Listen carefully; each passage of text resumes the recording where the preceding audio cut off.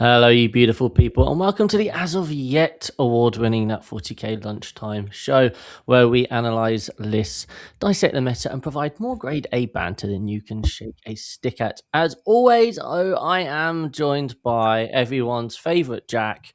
It's Mr. Jack Tight. How the devil are you, sir? I'm doing good, Chris. I say a relaxing week. I've had a week of rush painting the seams, Space Marines, so that he can put them on the table this past weekend at Windsor. Because all the latest talk is that all the professional tournament organisers are tightening up their battle ready requirements. So Yes, it's certainly a hot topic on Reddit. Anyway, Uh, so yeah, I did see someone sent me a post where there is a picture of a Great Unclean One that has two leaves on a base and it's painted in so gold and silver. funny It you should is mention that, Jack, because I quite stunning. literally received a DM today asking if we were going to be talking about said thing. Um, uh, so we'll bring that up later. Don't Okay. worry, Mr. John B. I did see your see your message, so we will get on to. Actually, it's an interesting conversation in the context of competition and that sort of thing.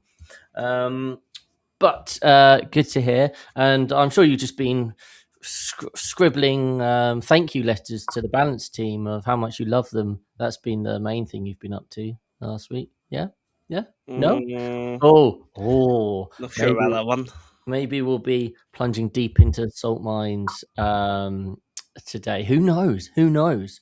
As for myself, I'm still painting gold trim. Everyone, um, it's not all this dust, is it? It's all this trim, trim, trim, trim, Are they trim. red yet? Did you go down the red No, route or are so we sticking with blue? this time last week, I was like, you know what? I still want to get these done. I'm just going to go red over the gold.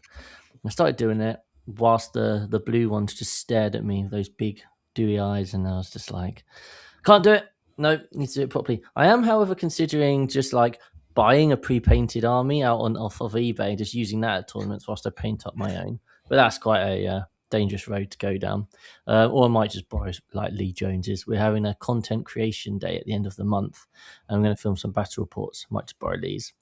I can provide you with one whole Mutalith and 5 rubrics, mate. That That'd seems be all. amazing. Is this on top of the two broken mutalisks you've already provided me with? Yeah, I've got, in terms of paint style, I've got like a painted Mulith, I've got some painted rubrics, I've got a Sid Disc Sorcerer, and I've got 18 painted Zangor Enlightened.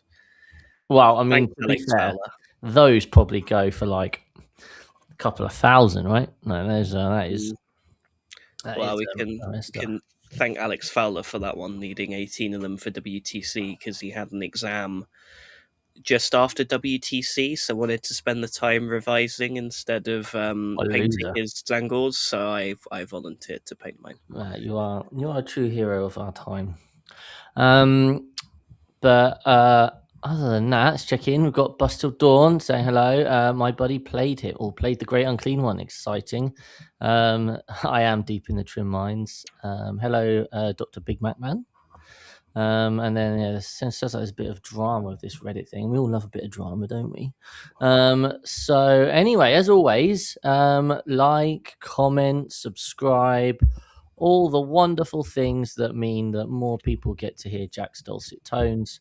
I'm sure lots of people are very excited for this show because who doesn't love anything more than Jack getting irate? So that's apparently that's what the community love. And we what who are we but people who just like to spread that love.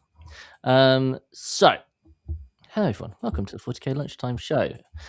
In today's show, the week in Warhammer, our news. I've just put Jack Rants. I haven't even really spoken that much about it. No, It's I've just I just had a hunch. I've got a lot of things to say. I think so. Just had a hunch, guys. Just a few bits.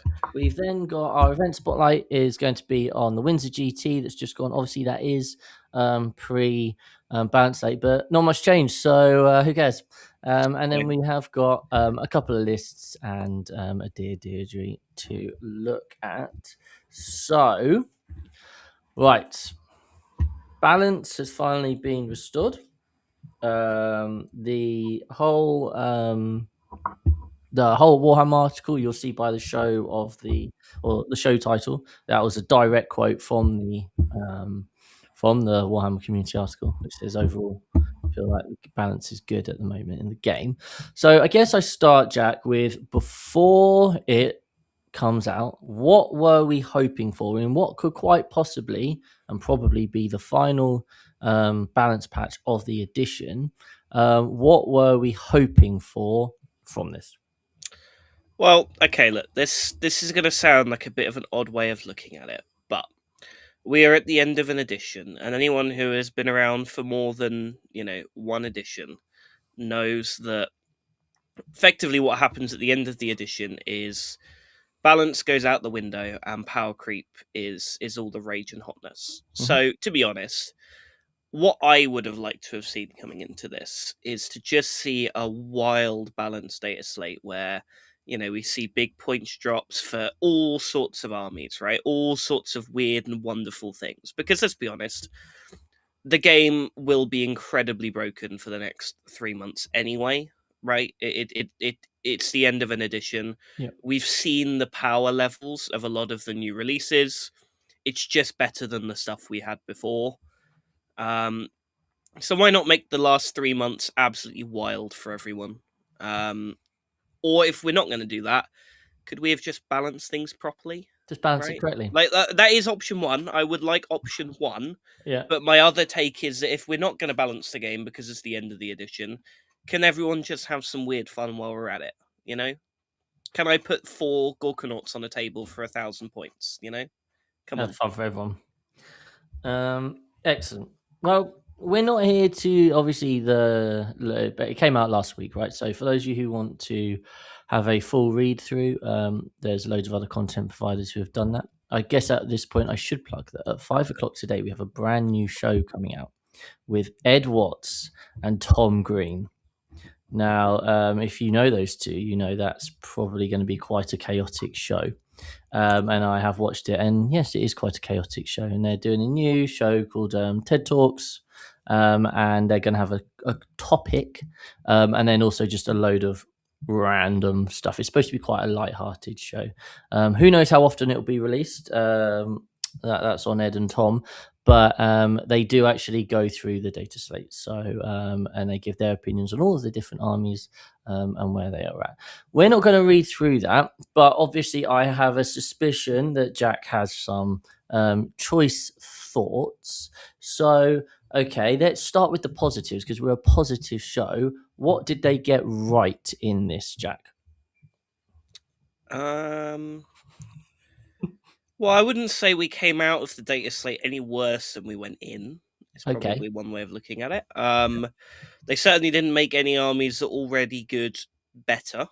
And I don't think, apart from maybe Eldar, I don't think there's any army in the game that's, completely in tears about the changes so far. Mm-hmm.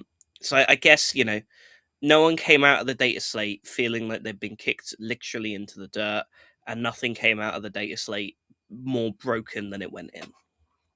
Excellent. There we are. That's a rave review. Okay, now's your time to shine.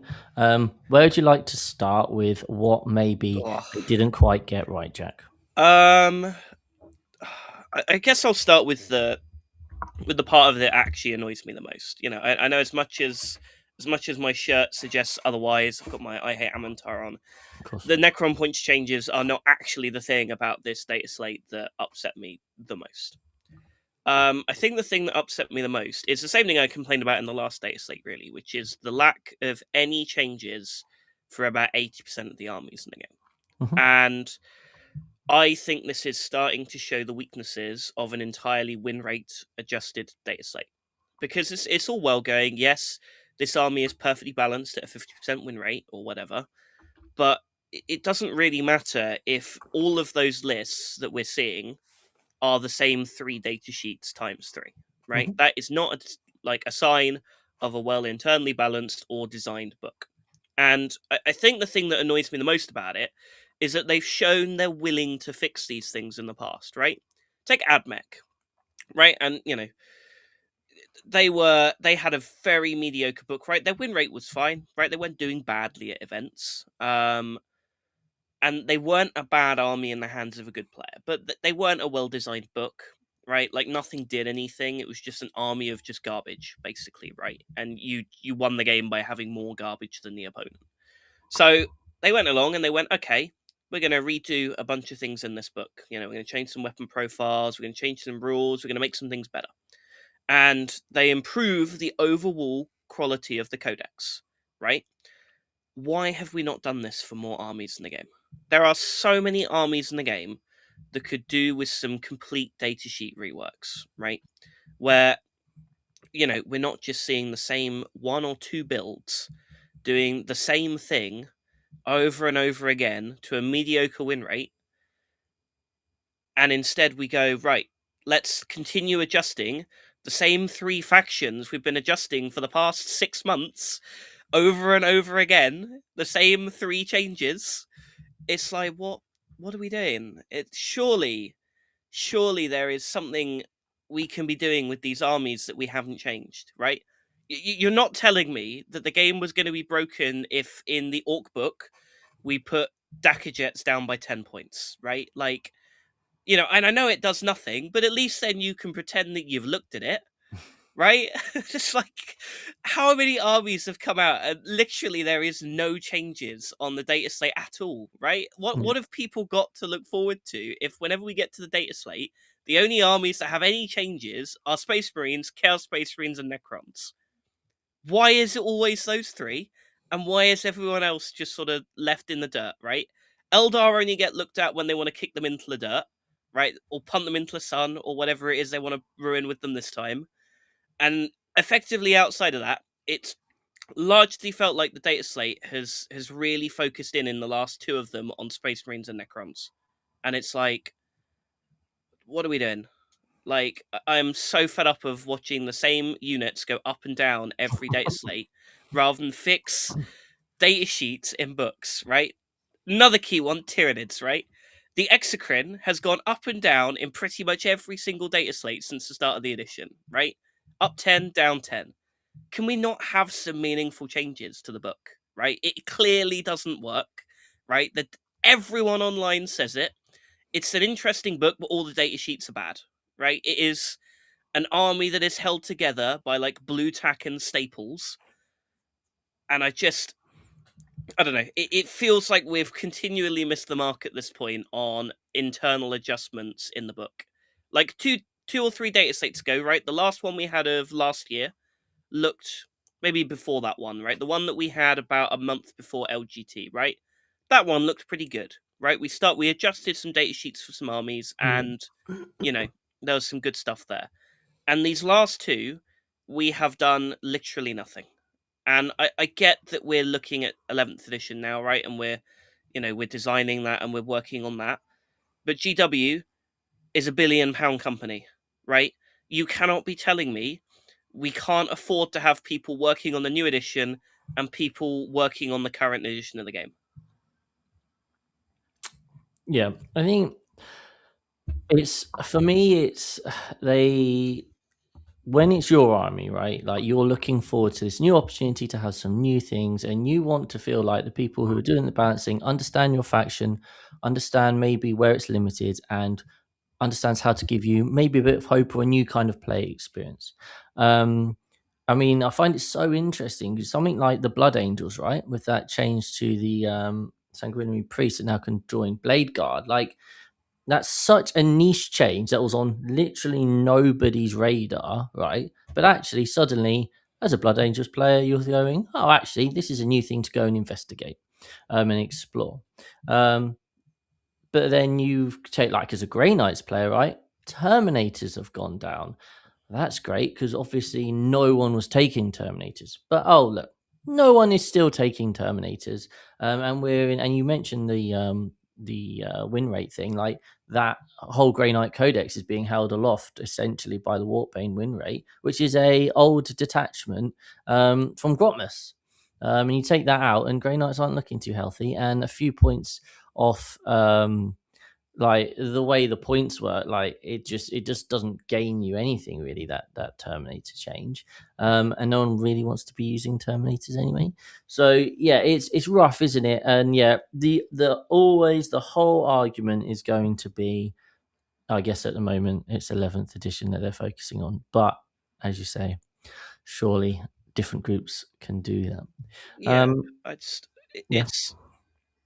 it feels like we're at a point, right, where it's like there is so much more we could be doing with certain armies, but it feels like that they're not being looked at enough internally, right? It feels like there are some armies that we really struggle to adjust and balance, right? And I'm going to sound really biased here as an Orc and Sisters player, but I play a lot of other stuff, so. But there are some armies that when they're too good, they literally punt them into the sun at the first possible opportunity they get, right? Like you look at the Eldar changes, right, from the last Deus Slate. They literally, right, kick them into orbit. You know, it's and there's no sense of sensible balancing there. And then we come out, they've done the same with Orcs, right? Yes, Mordaka was really broken, but they fixed Mordaka while also nerfing all the data sheets that were taken in Mordaka, even though they weren't that good outside of that detachment. And they've shown that, for some armies, they just get nuked on the spot immediately. And then we have Space Marines and Necrons. Two armies that every single time they're broken seem to take multiple rounds of adjustments to fix. Like, what's the difference? What's going on here? Where those two armies specifically seem to survive multiple data slates, where everyone else immediately gets kicked into the sun if they're too good, right?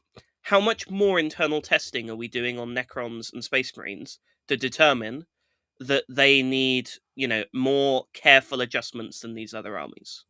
Like, I cannot be the only one that is fed up of watching, a Space Marine broken unit go down 15 points, and then watch literally everyone take 3 of them still, and the next update they go up another, 10 points, and then still everyone's taking 2 of them, and it's like, how are we taking multiple passes to get here? If that was an Orc or an Eldar unit, they would have deleted it at the first possible opportunity they got.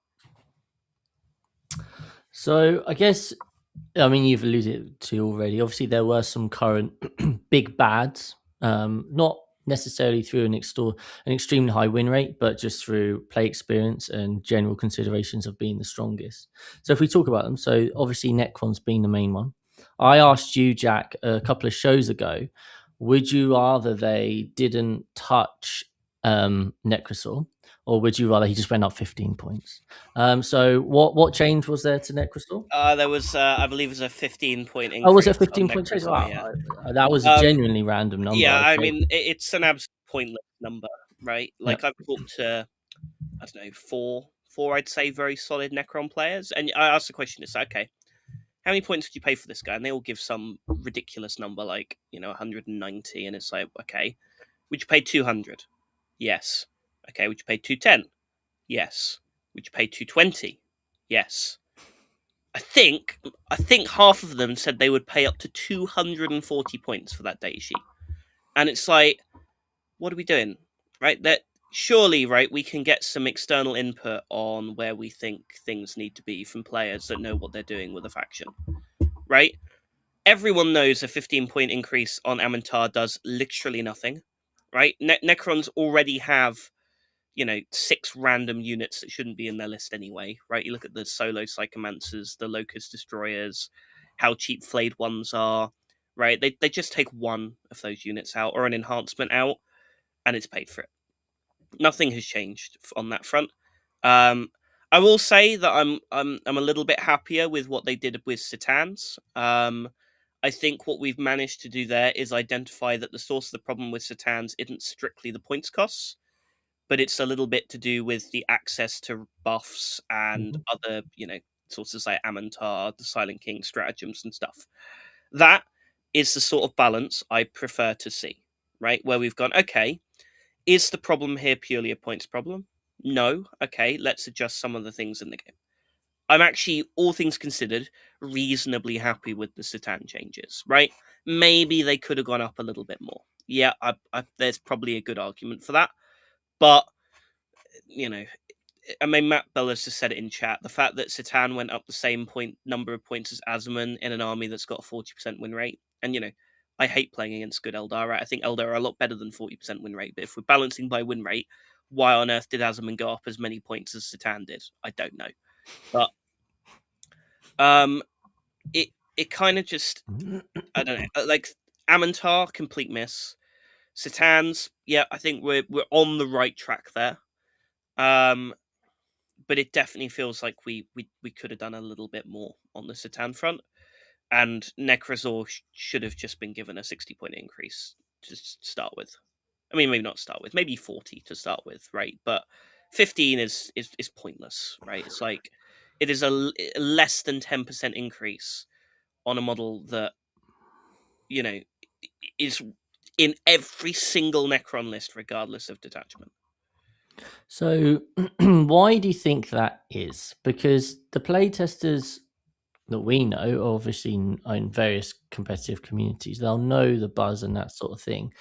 Do you think it is just kind of having to get through the bureaucratic nonsense and being like, well, if we make it a huge increase, that's admitting we made a mistake? And GW, let's face it, don't ever do that. So you think that's the issue, or is there something more concerning at stake that somehow the playtesters did genuinely think it was fine? I could so from my limited understanding of how Games Workshop works, I could totally understand the bureaucratic mess that is Games Workshop being completely useless sometimes. And I could definitely see how it would restrain and affect balance choices. But I could also see there just being an element of, the thing is, right, it's all saying, okay, we don't want to admit we got something wrong, but it's different departments, right? The team that, that write the actual rules that goes on Amantar's datasheet is not the same team that then adjusts the rules after release, right? And that is something for people to keep in mind, right? People on the balance team do not write the rules, right? And a lot of the time, they are hamstrung by the rules writers on what they're allowed to do to adjust things balance wise, which, I'll be honest, is a stupid system, right? If you've got your balance team telling you that your new colorful datasheet that you've written is too good, it's too good, right? They're not telling it to you because they want you to be sad about all this time and work you've put into it, right? It's because it's too good. And it shouldn't be that rules writers are overriding balance designers. It really should be the other way around. But yeah, no, that's fair. Okay, so that's Necrons covered. Space Marines, obviously they were looked at. Have they done enough to the Marines? I mean, based on the fact that Nassim has sent me a new Space Marine list that I can't tell what the difference is with the old one, other than the fact that it hasn't got new or old Marneus Calgar in it anymore. I'm going to go with no, but to be fair, there is actually quite a lot of red changes on the Space Marine data slate. Yeah. And for once, it hasn't also been balanced out with 28 green ones. So it's... Combi Lieutenant finally gone up. Yeah, strangely enough, if every single content creator is complaining that this model hasn't gone up since the start of the edition and it's still in every single list, finally, it might then go up. Space Marines, right, it's kind of hard to be disappointed with the changes because they have put a lot of things up. Mm-hmm. But I still think fundamentally that they're too good, right? It's like the problem with Space Marines is you go, okay, let's put, the combi lieutenant up, and people go, okay, so at 85, do we still take him? Yes, probably, right? But then you have other areas of the book, and let's say that, did the Repex go up in this data? Say it did, didn't it? The Yeah, Repex 10 goes points, up I some think. points, and you go, okay, is this worth taking? And then people go, let's say people go, no, right? It definitely is. For those that are wondering, it's still a ridiculously good tank for its points. And you go, no, it's not worth taking anymore. And you go, okay, what do we do with that? Well, with Space Marines, there's 28 million data sheets. So you go, okay, the Vindicator, did that go up? I can't remember. It might have done, it might not have done. But if it did, is that worth taking? And you go, okay, maybe that one is. And you go, okay, I'll just take that instead. Yeah. Right. And Marines inherently have this problem where it doesn't really matter if you kick one unit into the floor, another one will take its place, right? It's one of those armies that has to be really well internally balanced with its detachments and stuff, right? Like the detachments have to be the leverage point for keeping the units in check. The problem is the Space Marine book does not do that in any way, right? The Space Marine Codex has Gladius, that has been the best Space Marine detachment forever, and still is, for most varieties of Marines. And because it's such an inherently powerful detachment, you are just going to put in whatever the most points efficient units are Yeah. into that detachment, right? Because you don't need to think about synergies, you don't need to think about combos. You go, oh, right, I'm playing this detachment, so I need to take 10 Terminators, right? Like some of the detachments to make them work, right? The problem with Gladius is it makes everything better. So at that point, you just take the cheapest things in the book. And that's, I think Marines needed to be looked at on a level of how do we fix Gladius / Blades rather than let's put the points units or the points on the units being taken in those detachments up, because all that's going to happen is they're going to take the same army with some different units in it. Yeah, it's entirely fair. And I guess the other exciting piece of news for one particular army, anyway, was the points cost on a certain duo that I like to move completely around forgot and about shoot this. and move around. Oh, I put these guys out of my mind. So, Jack, I'll tell you what. how? I'm gonna start with the other. In fact, no, I will start with the Twin Blades because then it makes what I'm gonna say about the other two make more sense. So I'm not really sure what we were thinking here because it feels like we haven't learned any lessons from Amantar, where it turns out if you give a unit every single special rule in the game that you can think of at the time, right, and you give it every single weapon profile you can think of, right, and you shove it on a datasheet and then you give it a 2-up armor and a 4-up in Vun, and you go, wow, right, let's make this the same cost as like any other characters in the game, like good characters, right? Even though they are completely outshone by this new datasheet in every single way. It is exactly the same problem as Amantar, where it feels like they finished writing him and they went, oh, there's an empty space on the datasheet here. Let's paste something else in. And there's only so many times you can do that before you end up with a unit that is mechanically really broken, right? And you know, I will mention here quickly that the end of the fight phase move being at the end of yours and your opponent's turn is so incredibly dumb that I'm assuming it's a mistake. Right? I'm not going to spend ages rambling about that one. I'm assuming that's a mistake, and if I'm wrong and that's not a mistake, what are we doing? Right? We can't have an end of fight phase move that works in your opponent's turn, especially not without having to fight first, right? If it has like the Renegade Raiders restriction, then fair enough. But without that, like what are we doing on that front? But then you sort of look at the defensive profile, right? And it's like it's 2-up armor, 4-up Invan on 2 8-wound models, right? For less points than 2 commanders equipped with the same, 2-up armor. I think they've got a 2-up armor save option, right? It's the Enforcer or something. Yeah. Right? And 2 of them are cheaper than 2 Enforcer commanders who have worse output, arguably, way less special rules, and don't have and cost more points. It's like it's not even a semblance of internal balance here, right? Never mind external balance, right?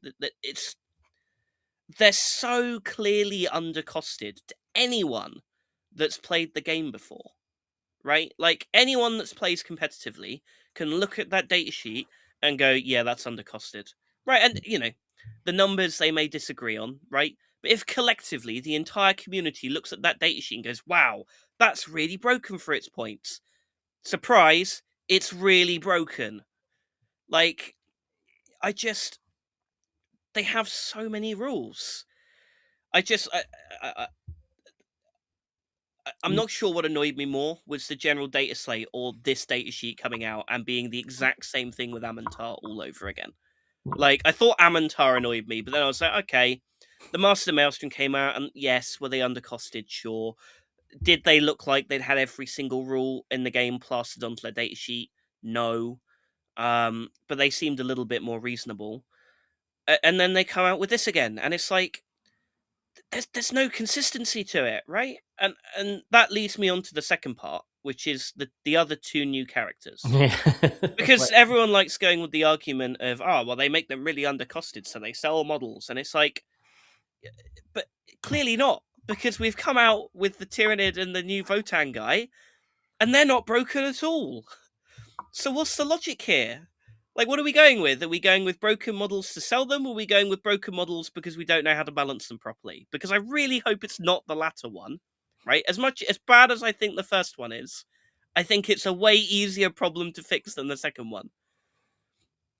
Like, the Votan guy was looking really, really good on paper, right? He was going to be a really solid leader option for them.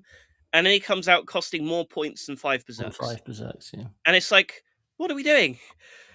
Why is he 110 and he has sustained, and there's one of him and he's like a 6 wound character, and then for 160 points we release a 2 model unit that has sustained, ignores cover, scout, move at the end of the fight phase, cause a battle shock test, deep strike, 4 different guns, like 4 different melee weapons, and it's 50 points more. Like, what are we doing? Come on. It's so obviously not the same design team behind this stuff, right? The same people writing the rules are clearly living on different planets. And don't even get me started on the Tyrannid. He is so incredibly sad. 85 Has none points. of the right keywords Yeah. to do any of the things in any of the detachments he should be good in. And 2 of him, to give 2 units sustained hits still costs more points than the Twin Blades. And it's like, what are we doing? I do not understand this trend of bringing out some things that are really, really broken and some things that are not, right? Can we just have it be all one or the other, right? If you want to make things broken to sell models, it annoys me, but I get it, right? There's logic behind it and thinking behind it. But if you're just bringing stuff out that's randomly broken or not, like, what are we doing? So someone in your rules team needs a talking to, right? Because they're not on the same page. If anyone watching would just like to go back through and snip how many times Jack says, "What are we doing?" We could form some sort of mashup. That'd be quite nice. Maybe Jack shirts. What are we doing? I'm all for that. Get involved, everyone. This could be a new beautiful thing. No, yes, of course, you're absolutely right, and I think we're all competitively minded in our groups, and it's certainly been a lot of those sorts of those vibes going on, which is obviously what we don't want from a balance update. Was there anything else, any other changes that you feel were maybe not quite right, or is it just the general not touching things that is most? Yeah, I mean, like I said, generally speaking, I'm happy when factions, if we're not going to look at them big time, it's, we're just adjusting 10 or 20 points here and there. Fine, right? Because it means at least we've done something. It's just the factions that we didn't do it for that got to me. It's like, I think the worst thing is I believe in the last update, they put the Sisters Imagifier down 10 points, right? It had a green tick and it said it went down 10. But it didn't actually change in points. No, nice. And, we were like, okay, well, maybe they'll get around to it eventually. I believe this update came out, and I believe they still haven't fixed it, which is great.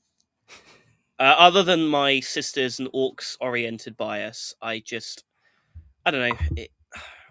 This data slate really did just feel like a giant nothing burger of an update. Really, it's like the armies at the top are still the same armies at the top until the end of the edition, and everything else is just here, right? It's like, okay, yes, Space Marine and Necron players, have your balance. Yes, eat all of your, your good army pie.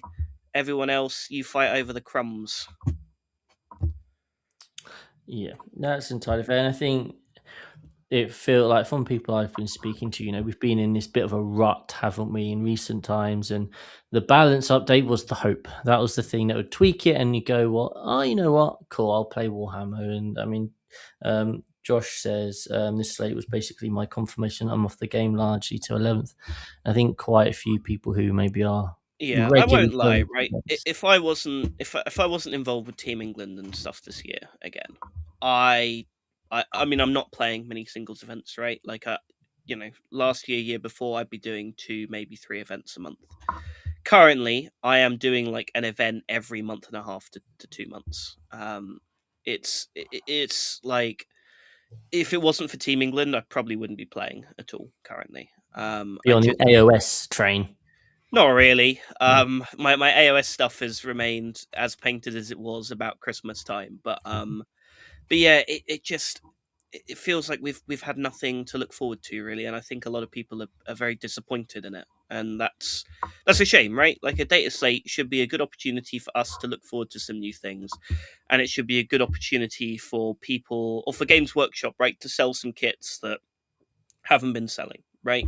Like it's a missed opportunity for them as well, right? Not making people want to go out and buy new toys is bad for business, right? It goes both ways. If we're unhappy, they're not selling stuff. Yeah, 100%. Right, well, on that happy note, let's go to the incredibly different meta of the weekend just gone. Because obviously everything's now massively changed, and we're going to discuss the wins at GT. Let us know if you were there in the chat. Did you have a fun time? Was it a high quality event? Obviously, there is a lot of spotlight on UKTC events at the moment, so let us know if you thought it was a well run event or not. We are going to just go through the key kind of top cut and that sort of thing now. So here we go. This was, I'm going to assume, quite a big event. 250 players roughly. And good Oh, old look who it teammate is. couldn't win a 6++ event, but can win a UKTC event. I mean, fair play. Just a different level, isn't it? So we've got Mr. Nassim here, first place, one of 2 undefeateds after the top cut. Ultramarine's dad is dead. So Blades of Ultramar, beautifully painted by Mr. Jack Tite, of course. Well, they're not beautifully painted yet. They're not finished. Right? Okay. Oh, Only but, Calgar is but they finished. were Right? battle ready.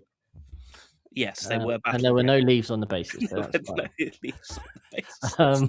So we've got Lieutenant with Combi Weapon, Calgar, Tech Marine, Ventress, and then the Humble Intercessor Squad holding backfields across the land. We've then got Triple Ballistus, Single Incursor, Double Repulsor Executioner, and then we've got Double Victrix Guard and Wardens. Why is this such a powerful list then? Because Blades is a dumb detachment, and Space Marines having +1 wounders for Oath of Moment was a mistake. Like I said, the problem is I could tell you about how good all these units are in this detachment, but it's not actually got anything to do with the units. It's got everything to do with the fact that fundamentally +1 to wound Oath and Doctrines are too powerful a combination of rules to have for an army. Mm-hmm. Right? If you give a good player a toolbox that is that powerful and that versatile, they will win games with it. It does everything you need: fallback, advance, shoot, charge, whatever. You know, it's got some ignores cover AP buffs for your shooting. You get rerolls. You get +1 a wound. It's mathematically, it's just good Warhammer. I'm not going to talk about the units because I'm pretty sure I've talked about those same 20 We've units had this about. discussion before. Yeah, I've talked about those same 10 units about 28 times at this point. So, Okay, different question then. What's the counter to it? well, it doesn't really have one fundamentally, right? Okay. Like that's what it's good at, right? It's a perfect all comers, well-rounded list, right? And it's why, to be honest, right? It's not the most, you know, it's not on every single team, right? In teams, right? Like, do I think it's the best Space Marine list? Yes. Do I think it's the best Space Marine list for teams? That's a bit more of an ambiguous question, right? I think in teams there's a bunch of archetypes at the minute that you could make an argument for Marine-wise between Blood Angels, Black Templars, and Ultramarines. But for singles, yeah, I can't think of an army in the game that outright just has a good matchup into this, right? Like that's the point. You know, it's so flexible and it has such good numbers and math behind it that it's kind of it's kind of hard to find something that you go, yes, this is really good into Space Marines. Because, if you're really good at killing Space Marines, well, they can play around that, right? They've got a lot of reactive Yeah. moves. They've got a lot of things they can do in response to you here. So they can sort of avoid the stat check math problem.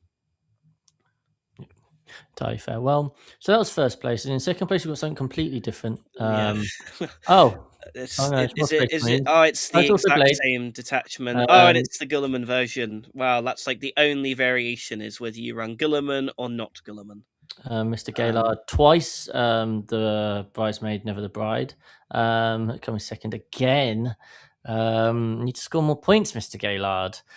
So we've got Lieutenant Combat Weapon, we've got Mines, Calgar, got Gilliman, we've got Wardens, 5 Intercessors, we've got some JPIs, Funky, Triple Ballistus, 5 Incursors, only one Repulsor Executioner. And only a small Victrix unit, not 2 of Nazis, and then 5 Scouts. So we've got a different vibe here, at least, something a bit different. Drop the I mean, Stern Guard. can we really call it a different vibe? Like, Meta breakingly we've different. lost 9 Victrix, and we've lost 1 Repex, and we've gained a Vindicator and Gulliman, effectively, right? Oh, and Yeah, a couple more units of chaff. Like, is this a different army? I'm not convinced of this. Yeah, I mean, that is one way of looking at it. But hey, guys, if you want to go out and have fun with your Space Marines, this sort of vibe, it's still pretty much identical after the data slate, right? Don't get me wrong, right? They've gone up points wise, right? They Yeah, will have to take a unit out, something will come out. right? Or they'll have to adjust. Like I said, they'll swap in something that didn't go up or whatever. But yes, to be fair, it has actually gone up a reasonable-ish number of points, and the removal of Gravgar and his 2 buddies was long overdue since that new model came out. So I can't grumble too much about Space Marine changes because, for once, it is mostly all negatives for Space Marines. I just don't think it was enough to fix them Yeah, because I think we're fixing the wrong thing. entirely fair. Right, then we get to the top cut armies that lost. Good old Guard. Now, how are Guard feeling at the moment? No changes in the slate for Guard, is that right? I remember now. No, Rogel Dawn tank commanders went up 10, I think. Okay. So Command Squad, Commissar, Gaunt's Ghost, Rogal Dawn Commander, Cadians, Catachans, Taurox, Bullgrin. So we've got double Bullgrin here. Catachan heavy weapons, funky. Creed combat engineers, Creed combat engineers, Creed combat engineers. They've got another Rogal Dawn battle tanks. Something slightly different there. Yeah, you know what? To be fair, that is about the most different card lists as I've seen in a while. Yeah. 3 Rogel Dawns is an odd sight to see. Yeah. I think this is, again, it's just fundamentally a list that plays good Warhammer on UKTC, right? It's got 2 stodgy-ish, durable-ish bricks in the Bullgrin. It's got 3 gun platforms in the 3 Rogel Dawns. And it's got a bunch of cheap scoring stuff in it, right? Guard plays really good fundamental Warhammer, right? Yeah. And to be honest, it doesn't really matter what you do with the army. A good player will be able to make that faction work. It just plays good, reasonably honest Warhammer, especially now that they've toned it down a little bit. And we've got another guard list here in 4th place as well. Cajun Command Squad, Pesticides, Dawn Commander, Cadians, Catachan, Death Corps Krieg, Chimera.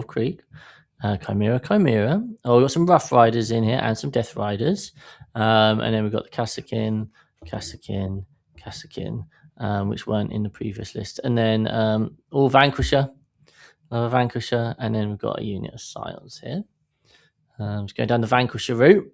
Yeah, it's another direction you can go in, right? Vanquishers are quite good with the current trend of more and more toughness 12 tanks that are cropping up in the game.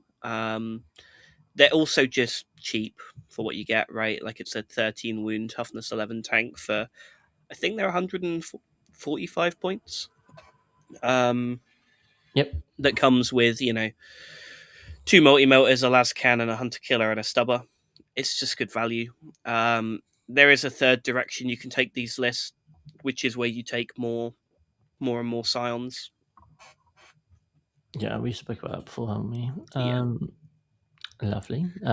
Dark Angels. Finally something that's not going to be 12 Something Victrix different. Guard or 6 Victrix Guard or Guilliman or, So we've got Wrath of Rock. Okay, very nice. Oh, look, there's a lieutenant with combi weapon. Chris. What? he's everywhere, mate. He's everywhere. Azrael Chaplain, Terminator armor, Uh, Lieutenant of Combi Weapon, good old the Lion. Double Deathwing Knights. Oh, hello. Desolation Marine. oh, Everyone's happy. Infiltrator Squad, 6 Inner Circle Companions, double Land Speed of Vengeance, Scouts, the world's longest scout squad, and then a Calidus Assassin. Doesn't feel like much stuff, does it? But hey, that's what happens when you're paying 200 points for a yeah. Desolation Squad. But I mean, I think Dark Angels are a little bit underrated at the minute. I think Wrath the Rock is with the Lion is actually a surprisingly good army right yeah, now. Like fundamentally, we've got quite a lot of with the new CSM stuff. We're about to see a lot more aggressive melee stuff. Victrix don't particularly enjoy having to deal with him. And you've still got your assortment of other average melee armies that's sort of filling out the game. I think the Lion is really good right now. yep. Desolation Marines in this detachment make sense. There's a +2 strength stratagem, so they're indirect to strength 6. Great for picking up the swaves of toughness 3 guard infantry. Yeah, I think Dark Angels are a little bit underrated at the minute. I think they're a little bit better than people think they are. And I think this is a list that sort of showcases all of their good units they've got access to currently. Lovely. Well done, Liam, for something a bit different. Oh, boo. Goonhammer, boo. I mean, Necrons, boo, boo. Right, okay. Awakened Dynasty from Mr. Grover. So we've got Deceiver, we've got Nightbringer, we've got the Void Dragon, we've got Cesaris, we've got Imhotep, we've got everyone's favourite Necrosaur.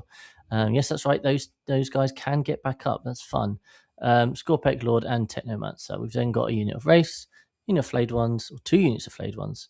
The Lone Locust Destroyer, and then a unit of Ophidian Destroyers. So basically, we've gone stodge funny, here. Chris. I did some math for just a moment there. Oh, that okay. list has gone up almost, like, just slightly more points than the cost of that one Locust Destroyer. Oh, man, that screws them all over. I know, imagine it, right? That list with all of the really broken Necron units currently has basically gone up just enough to take out the one model unit in the list. So you get rid of the Flayed Ones instead, and then get an enhancement or something. Yeah, or another Locust Destroyer. Yeah. No, not quite. Not quite another Locust Destroyer. No, that's fine. It's yeah. So this is obviously a non-Silent King, non-DDA style, and it's awakened, and it's some of the characters can get back up and stuff. Do we feel this is one of many options the Necrons have, or do we feel maybe this is not quite the best, or it is the best? What are your thoughts on Necrons moving forward? Moving forward.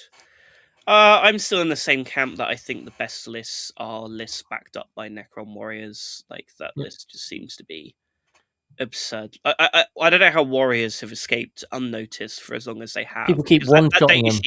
The data sheet is criminally broken when you combo up all the things on it. Because it fundamentally, right, there are some matchups you turn up to that you cannot lose because you've turned up with this unit. Yeah. And that's just bad game design. That's nothing in the game should be designed in that way. But yeah, my thinking is warriors. You probably still take the Deceiver. Do you? Yeah, you probably still take the Deceiver.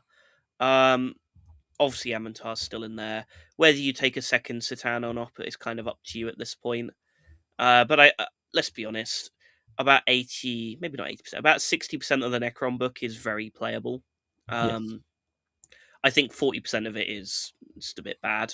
That's sort of that internal balance issue that plagues all the codexes strikes again. But I would say a good 60% of Necron units I would see in most detachments and wouldn't be surprised to see them.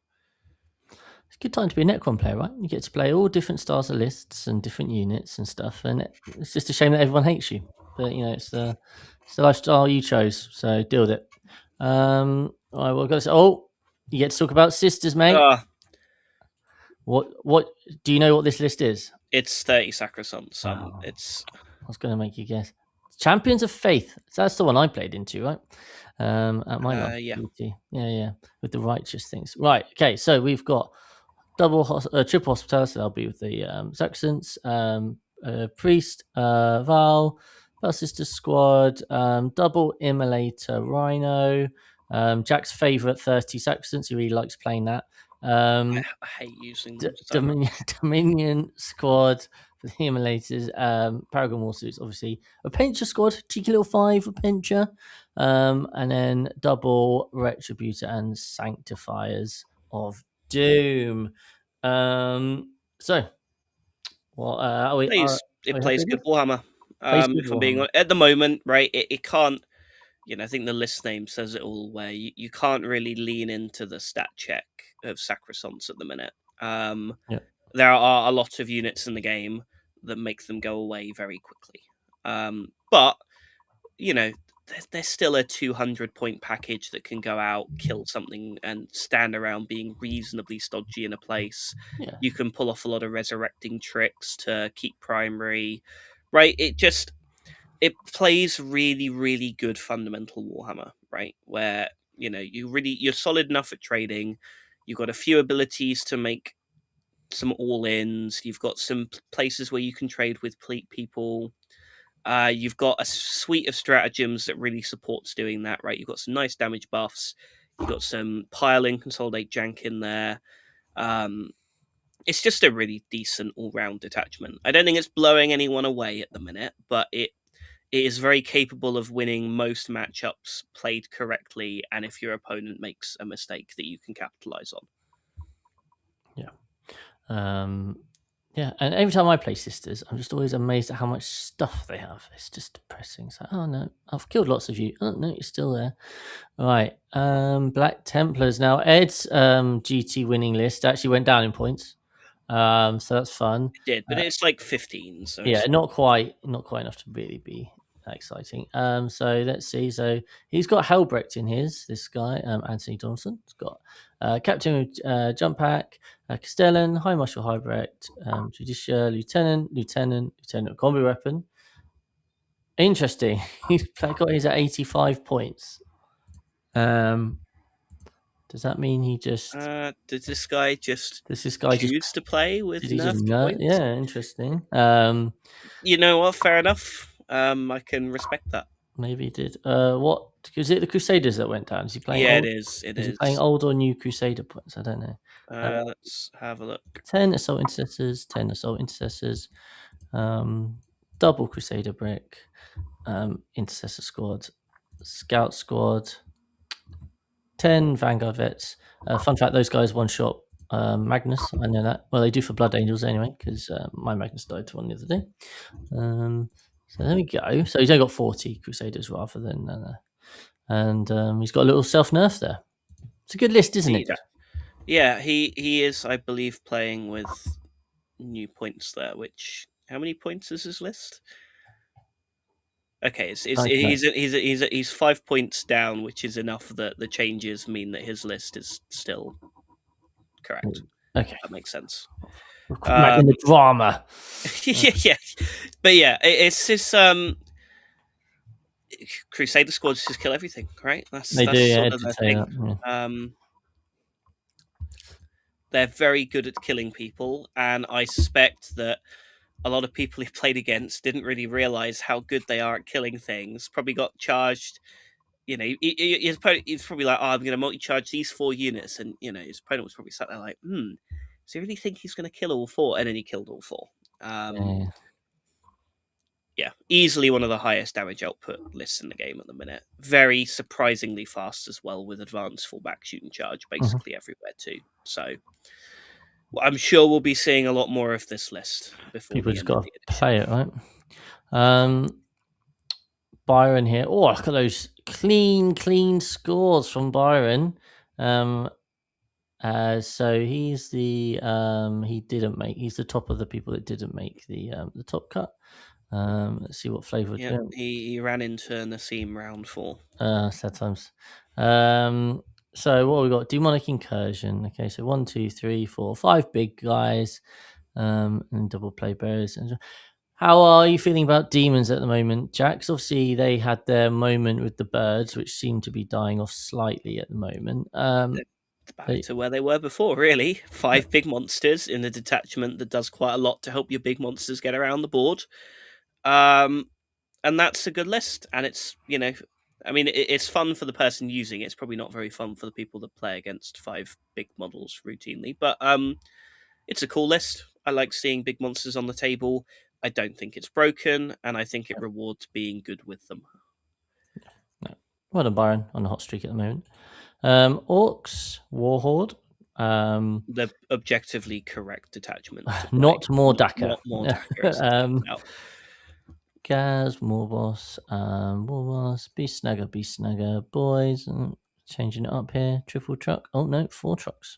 Breaker boys, Flash Gits, Gretchen, Commandos. Feels right. I love me some orcs, and I'm glad that there are some dedicated orc players out there. Tom, I can see you in the chat, that are still trying to make this book work. I really respect it, because I won't lie, I spent the entire weekend at 6++ talking about how bad my army was, and it really felt it. So I respect anyone. Imagine that's how he's made people feel. Oh man, my army sucks. Imagine losing to this. Anyway, good game. Hey, look, I'm equally as honest when my army is broken and unbalanced. All right, like, I remember when Sisters needed nerfing when the book came out, and I argued with lots of people about it. I was like, yeah, this book is clearly broken. This needs nerfing, and that also makes people feel really good. So either way, yeah. Well, at least I'm honest and fair about it. Yeah, definitely. Henrik, right. And this is the real stuff, Thousand Suns. Let's go. We've moved on from looking at Grey Knight lists every week. Well, I've already looked. The best Grey Knight list was 3-2. So I don't care. Oh, this is spicy. This is so spicy. Grand Magnus. Oh, okay. Blast from the past. Demon Prince Siege with Force. This seems a popular choice at the moment. You sure you haven't loaded in an EC list, Chris? Just checking. Let's see if he's got any mutilifts. So he's got. Yeah, this is weird. Triple Demon Prince in Grand. Okay, that's funky. Magnus the Red. 1 sorcerer. What? Okay, very confused. He's got no fellow masters, no normal sorcerers. Okay, he's got double Annihilator, Chaos Pred, double Spawn, Brickers, Terminators, the robots, 2 no rubrics. Okay, this is the sort of list that I fear, right? Where you see it doing well at a tournament, and then you pair into it, and you're like, "What's going on here?" Yeah, because this isn't like anything I've seen before. So it's a lot of 6-inch deep striking here. I suppose it's a surprisingly punchy T-Suns list, right? Yeah. Like there's actually quite a lot of combat counter punch here, because those demon princes, if they go into a character unit, are no joke. Yeah. Like I've seen triple demon princes in other detachments. I have not seen it in Grand Coven before. Yeah, that's exactly it, right? It's not in common. It's very cool. It's different. You get my gold sticker of the week for coming up with something completely out there. What a lad. Hayden World Eaters. Oh, we should probably shout out John Watson here, because he's very commonly on our Discord. So, Mr. Watson, well done, sir. Ham sandwich on white bread with no mayo. Love it. I see Invasion Fleet, and that title has told me everything that's in the list already. It's great. So let's see. We've got Brillod, Hormigant, Termagant, Brick, Biovore, triple Exocrine, double Gene Steal or triple Gene Stealers, Lictor, Maliceptor, Neurolictor, Tyrannofex. This is literally exactly what I thought it would be based off the list title. Brilliant. What a great place the Tyrannid book is in, eh? But well done. Hey, he's done very well with the Tyrannid, so well done, sir. 4-1, some good wins, and his loss was 69. What an absolute lad. John B says check Aiden's vessels list. Okay, right. This will be the final one we look at. Khan and Berserker Warband in this economy. I mean, have you seen what's out there? There's Catan, 12 CSM detachments, a Space Marine flavor for every meta. I'm just men with axes. It isn't fair, I tell you. So he has gone for Vessels I'm of going to have to go look up what this detachment does quickly, aren't I? Vessels of Wrath. Is it, It's the Christmas one from last year. oh, it's a Christmas one. Wow, that's exciting. I know some of the bits from this detachment, but it's a little bit different. Demon Prince of Corn, Slaughterbound, Triple Spawn, 8 bound, 8 bound, Exalted 8 bound, Exalted 8 bound, Forge Fiend 4, Forge Fiend, Goremongers, Hellbrute, 10 Jackals. And John says in the chat, Aiden had a 7-unit Hellbrute incident. An opponent asked Judge for a ruling after the 3rd unit died to see if this was legal. That is unfortunately very legal. 7-unit. To be honest, you said it, but with 6-inch piling consolidate up, it is really not hard impossible that this happens, right? Like it is. Hellbrutes are in World Eaters are legitimately no joke, right? They are their own win condition. You know, if you let a Hellbrute get into your unit and you've got stuff just sort of spaced out somewhat well, not even sorry, that's just I mean not that well. Yeah, it just kills everything. I kind of see it as like checkers, you know, when you can like take over and just bounce around diamonds. And you imagine as the World Eaters player, you just see this pattern. You're like, oh my word, I could bounce from here to there to there to there, and just all the dollar signs light You up. just do, right? It's like I used to Hellbrute in the index, so not even with the 6-inch pile and consolidate. And my god, is it one of the most addictive units in the entire game? Because you look at some positioning of units and you're like, oh my god, if I get in here, I'm gonna kill all of that with this 120-point model. And it's like, oh yeah, I mean that's something his opponent will never do again. So yeah, they have learned. You get hit by the Hellbrute once, and you never let it happen again. Brutal. There we are. I mean, as always, you know, when we look at these things, obviously strong players are at the top. That's kind of what you'd expect. But we've got Guard, we've got the Marines shaking out the top 4. But then after that, we've got a nice mix, haven't we? We've got a funky World Eaters list, funky Thousand Suns list, and you know, it seems to be reasonably. There's quite a few Thousand Suns up here, but yeah. It's almost like Thousand Suns are actually pretty good at the moment, Chris. Oh, I know. Don't worry, I'll start reducing their win rate when I get to finish. Fine. And future Kari's up there going 4-1. Nice. So there we are, guys. That's the UKTC Windsor Super Major. So Jack, the other thing that we did say we would discuss now.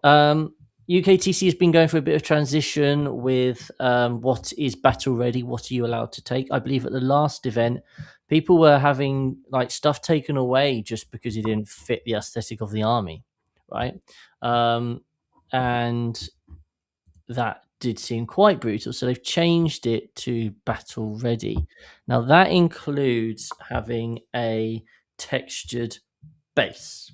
I mean, yes, fundamentally having a textured base has always been a requirement of being fully painted. So if we go to this Reddit link.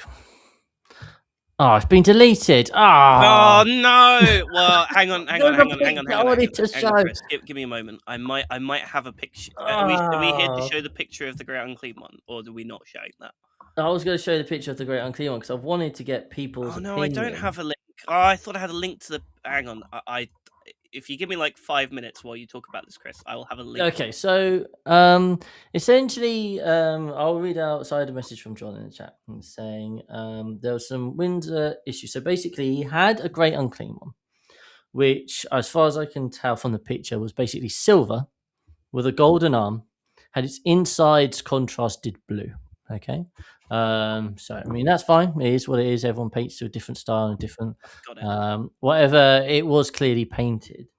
And then it didn't have any basing on, right? So that's the actually main... But based on the adverts on the image page, Chris, I can't show this on the screen. So, okay. Hang on, I will download the image. Let's do that. So it's this guy's first ever.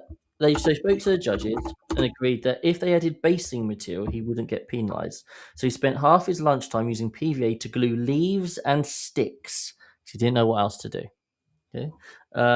It was his first ever GT and he went 4-0 over the list, he knows well, but then his army got a tie to look at and he got something judge nudged. I don't quite know what that means. John, you might be able to explain it in the pack better. But yeah, obviously, if we've got There you go, Chris. Can you see the tab at the bottom? you showing your screen, I have to see. There we Okay, are. here we go.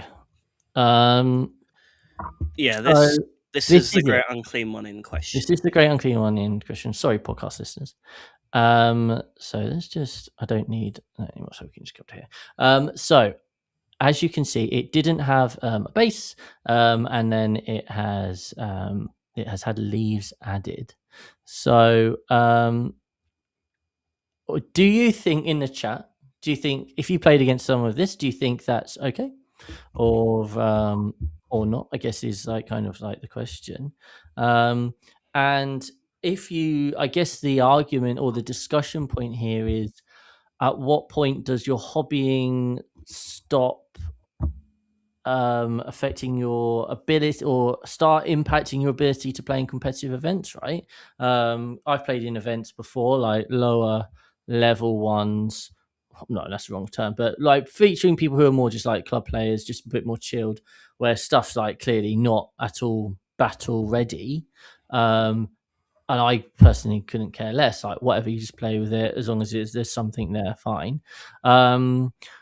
But then, and already we can see in the chat we have got a split, right, between whether people think this is acceptable or not. Uh, what? Okay, I'm going to make you say your opinion, Jack. What do you think? I don't actually have an issue with the model itself, Yep. right? Like, I'll be honest, my stuff when I started going to tournaments when I was 14, 15 looked worse than this, right? Like, and I was not gate kept from going to tournaments at the time because of that. Now, what I will add here is that what I don't think is okay is the base, right? Models have to be based. That is not based, right? That is, I found some leaves that I need to put on the base so that I don't get docked 10 points next round, right? It doesn't take that long, right? You know, you can base 50 models in half an hour, right? Like, it's not, it's not, you know, it's not that hard. Just put some texture paint on a base, right? It's not asking for a lot here. The model, yeah, sure, right? It's not a golden demon winner, is it? But you know, there are three colors there. There is a little bit of shading, right, on the silver. You can see some purple in the recesses, right? You know, painting isn't the part of the hobby that everyone enjoys, and people shouldn't be expected to go out and pay people to paint their army, right? Just to play in a tournament. That is not reasonable. But in this case, there is some more stuff we could have done here that is, you know, we're not asking for a lot, right? I'm not asking you to be good at painting. I'm not asking you, you know, I'm just asking you to put some texture paint on a base. That's my only problem with this model. Otherwise, I am perfectly okay with this. So, because obviously what's happened here is he's had to try and fix it at the event, right? So, a huge part of this is going to come down to you have to have a definitive structure, right? If you're going to start being quite power crazy almost at like in terms of looking at units, pulling for particular issues, you surely have to have an incredibly clear set of defined rules and examples, so that people can go against it. So we can see an example of what's an acceptable base, what's not an acceptable base, what's an acceptable paint and whatnot, if you are going to be pulling models or giving those 10-point penalties, right? Yeah, it's an interesting area, really, where theoretically, if this is enforced routinely, it will sort itself out, right? Because people will stop taking the risks of going, oh, well, yeah, I should be all right, but they've been a bit stricter recently, so maybe I won't be. Maybe I will spend half an hour putting that texture paint on. Yeah. I think something that also needs to be said is that there is definitely it certainly seems to be a different treatment of different players at different levels of the game. Um, you know, we're sat here complaining about this army here. I didn't see a Reddit thread about Liam VSL's army from LGT Yeah. last year where he had Yeah. cardboard cutouts for bases. Mhm. Like, there needs to be the same. Everyone in the community needs to be held to the same standard of painting, right? And that includes the Liams and the Naseems of the world, right? Naseem's taking it seriously, right? He pays me to paint his stuff now, right? But that shouldn't be what everyone has to do, right? Just have your model based, have a base on it, and have you know. I, I understand it's only hard it's hard to have three color minimums, right? Where because airbrushes these days that you just squirt on two extra colors, but I don't know. It's a really hard thing to draw up a set of official guidelines for because the moment you have official guidelines, people will go, "Well, look, I'm meeting the official Mhm. guidelines," and then Yeah. you'll look at it and you'll be like, "Yeah, but you really haven't, have you?" Um, I'll be honest. It's one of those cases where I think we just need to suck up that judges have every right to make a decision on people's models, and if they are a bit stricter on it, theoretically people will stop taking quite as many chances on this stuff. Um, I'm certainly not opposed to UKTC tightening up the rules for painting requirements. I think it's about time, really. I think some people have been skirting the lines for too long. Yeah. And I think a stricter enforcement of it will mean that without even putting anything into writing, we will see an improvement in the quality of painting at events. So watch this space, guys. Let us know of any other dramas you encounter as the weekends progress, because we all love a bit of a gossip, don't we? Right then, now, hey, Jack's face. So let's go over to list time. So as always, if you are a member, come on, lad. If you are a member of the YouTube channel, doesn't matter what tier, you can join our Discord, and there's a members only section. If you can't see it, drop me a message and we'll get you sorted. And you can submit lists for our analysis, although it's pretty much always Jack. So here we are. Joe R is on Eldari, Corsair Coterie. Now he is just starting to get into Eldar. Hang on, let me go load up 39k.pro quickly. So just going to quickly do his research. And he doesn't own a lot of this stuff. Okay, so just to clarify, so this is this is an idea he's built, but half of it's in his shopping basket. He says that this seems like a really fun detachment.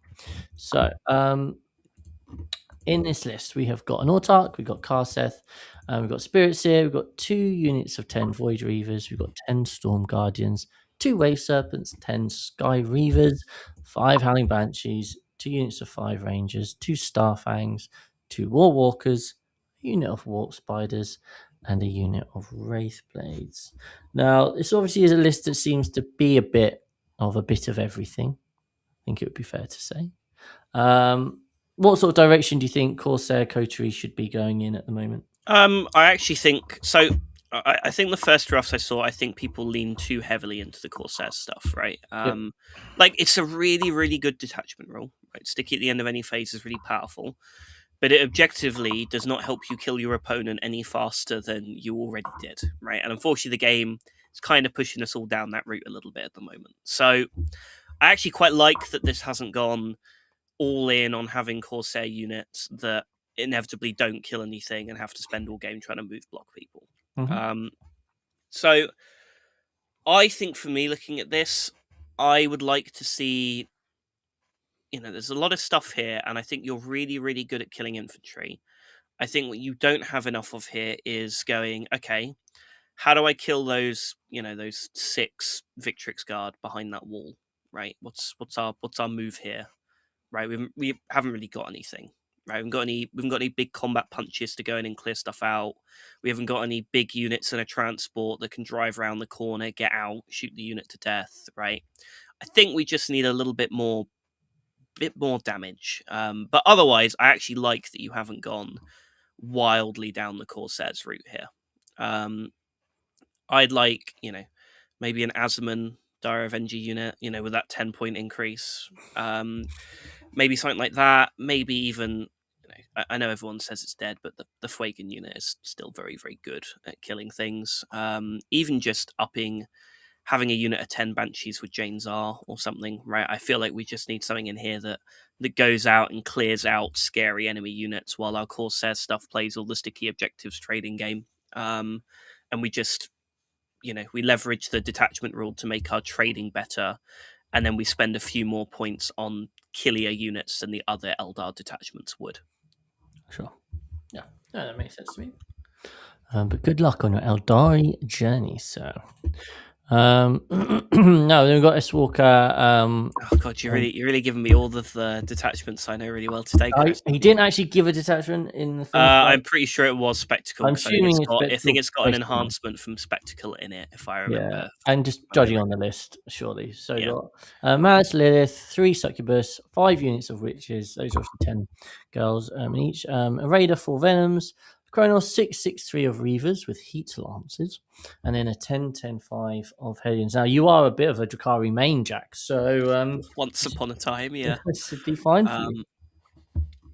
Yeah, so my take on this is, and for some other context, he's playing on WTC terrain, and he's looking to be a melee counter. So I guess we'll start with, obviously the reason you're a melee counter is you charge them in their turn. Well, how many units in your list do you need to be able to do that? Because I think where I see a lot of people go wrong with this detachment is they start going down the rabbit hole of going, oh well, I want to zone out more and more parts of the board, so I'm going to put more and more things in that charge in my opponent's turn. But fundamentally, only one of these units can do this per turn. And 2, outside of Hellions, none of these units are actually that good at killing anything. They're not bad, right? I'm not going to say that Lilith and the Succubus with the enhancement doesn't kill things, because they do, but there are certain profiles they struggle with a little bit.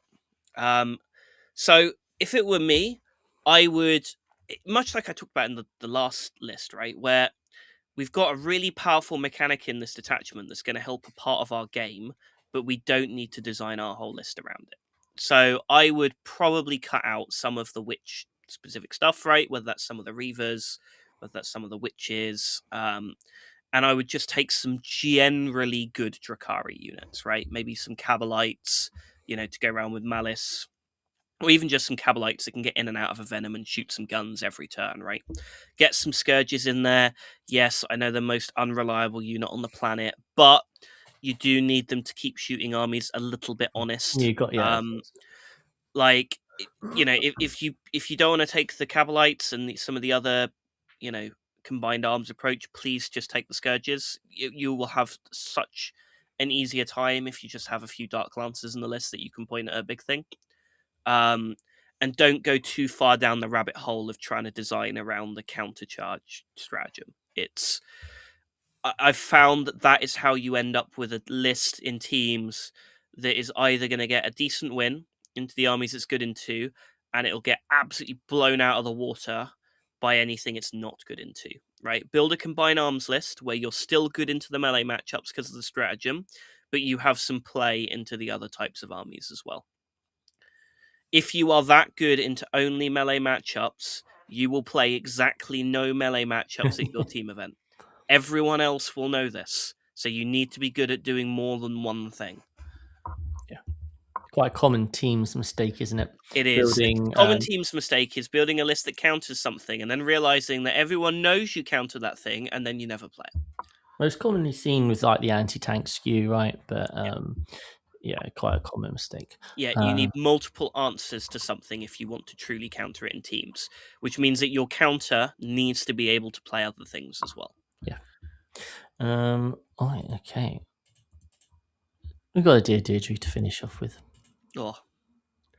I started playing Ultramarines for a gag, and now I can't stop. I scored an even 100 on supply drop, which I didn't realise was logistically possible.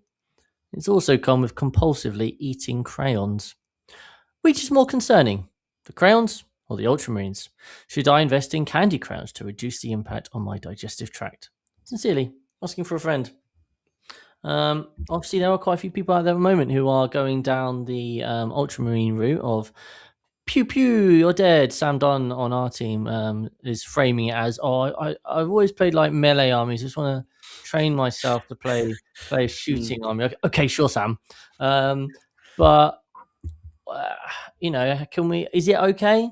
Is it okay to be playing ultramarines at this time, or Well, are they I totally think thinking? what's really important is that you've identified the first sort of stage or step in sort of solving your addiction to crayon related armies. Absolutely. So it's really good that you've identified this as sort of as an issue with yourself. And I would advise the next step really is to sort of get yourself down to a crayon rehab center, where they can give you a healthy dose of, you know, guards, sisters, orcs, and other sort of healthy, more dynamic Warhammer army approaches.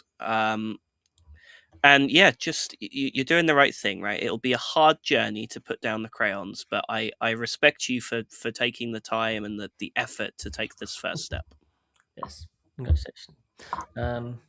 Just enjoy the end of 10th edition in whatever form you like, I guess. But yeah, maybe not. Maybe not with the crowns. Um, right. Well, that has been an extensive episode of Jack Rants. We hour and 20 minutes. It gets better every time, doesn't it? What will it be next week? Who knows? It's a very exciting. Maybe Jack will have played more games into the Tau the Tau duo, and will be extra angry about it. But it's been wonderful. There's been loads of people. It's like nearly 80 people at one point. So good times. We will be back next Monday to talk about who knows what. Maybe there'll be no news. Maybe there'll be loads of news. I can't wait to find out. Jack can't wait to rant about it. And we will see you next week.